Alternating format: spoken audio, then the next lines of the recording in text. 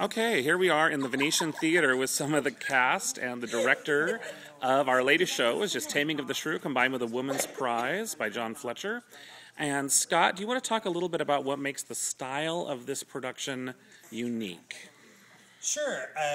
We are trying to incorporate a sort of Elizabethan style of performance. So it's something, what we would assume or what we would believe that audiences who went to see Shakespeare or John Fletcher during Elizabeth's reign, at the Globe or the Rose or the Black Swan or any of those places, what they would sort of experience from an Elizabethan style of performance. So the easiest way to kind of think about it is that Elizabethan performers really sort of talk directly to the audience, direct address, or what we're calling sort of standing forth. So it's completely counterintuitive for every human being that's with me right now, because they're all trained to look at each other when they talk to them, the other actors on stage, and this is exactly the opposite. It is exactly the opposite. Isn't it, Nick? It is. What makes it challenging?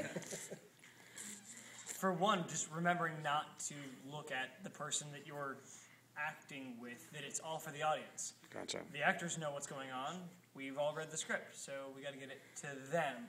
And then making sure that they understand it, as well as us doing that's kind of our job, is to, hit the style, hit the emotions, and tell the story, and get that to them. Nice. Now also, this is going to be presented in a set style, in period costume. Right.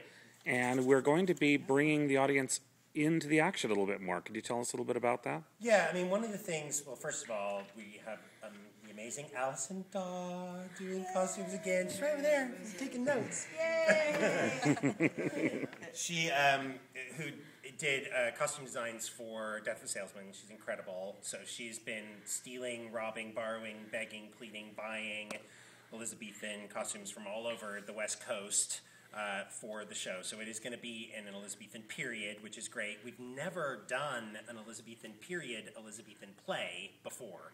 That's unique for Back in Baggage. We normally do them as a cartoon or, turn it into a Clockwork Orange, Romeo and Juliet sort of style. But this time we're doing Shakespeare, kind of, the pumpkin pants and the peasant shirts and all the corsets and all that kind of stuff. And it's beautiful. It's going to be great. But secondly, one of the things that we love to do in this amazing theater is to use the space in different ways. So when some of this group were involved in Death of a Salesman, we had actors entering and exiting from the audience and moving in and amongst the audience during the performances. For Christmas Carol, we built a 3-story giant sort of set where people could climb up and down using the height that's behind us. In this show, what we're doing is we're actually building a 3/4 thrust. So we're taking seats out of the front 3 rows and building a huge piece of stage that goes right into the audience, and then allow people to sit on benches, as the groundlings would have done, right up against the stage. So there's going to be an opportunity for audience members to be on the floor looking up Maggie's dress. Looking up at the actors while they're performing on this sort of really cool 3/4 thrust stage, or up Jacob's dress, depending on the scene. So. And actors, are we excited about this? So excited! Looking up Maggie's dress? Yeah!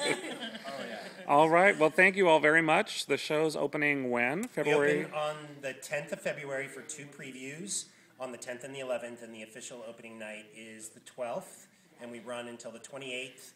Sunday matinees are at 2 o'clock. No performances Monday, Tuesday, or Wednesday. Other than preview. Other than the preview. Right. Is that right? Yes. Yes. All right. Well, thank you all, and break a leg in the show. Thank you.